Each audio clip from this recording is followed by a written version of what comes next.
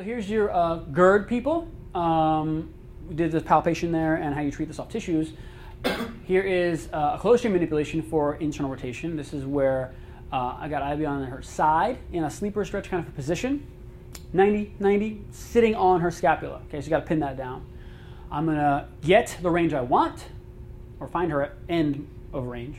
She rolls away, decreasing myofascial kind of tightening of this coil. I get more range of motion, and then she lays back on top of her arm to a point where you got about a 4 out of 10 sensation of pain. This will be pronounced in everyone. You'll be surprised how this kind of works, but it's all about, everything's connected. This coiling system, we use the coil to help you. And the thing is too, it's not me just jamming down on an open chain, causing her pain probably.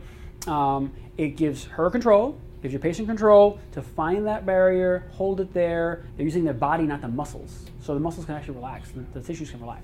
Sure. So you probably heard this, and I've heard it a bunch, but I wouldn't know what other way to do it is if you took that close chain sleeper stretch and you just turned 90 degrees and then a Hawkins-Kennedy test. Sure. Isn't it well, the Hawkins-Kennedy doesn't take into, basically you can move your shoulder blade out forward.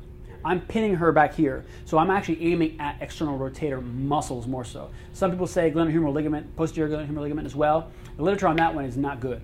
It shows more so that you're working on contractile fibers, the dynamic stability muscles. And that's the reason, is because you're retracting and depressing that shoulder before you set it up. So when you do Hawkins-Kennedy, what you're going to get is a little bit of an external impingement sign. Well, if everyone walked around with their shoulder down and back, you'd never have that. Because you got a lot of room, unless you're just missing the mobility. But this, we correct for that by making her get on it. And if it comes forward, that might hurt, and you have to adjust. Here's an open chain. I mean, we do it, and this is kind of just a contract relax technique, or a picture of one where another good studied move. I use it in conjunction a lot. Okay, push back into me. Okay, I'm stabilizing hard. A little more, little more, little more. Contract, relax. Home exercise for this. It's the same thing. You just got to educate on this. Sit on your scapula. Get your range, how much mobility you got. Push it down as far as you can. I roll back. See me rolled back here versus forward. I get more, and then I roll my body forward. As I roll forward, it winds it up.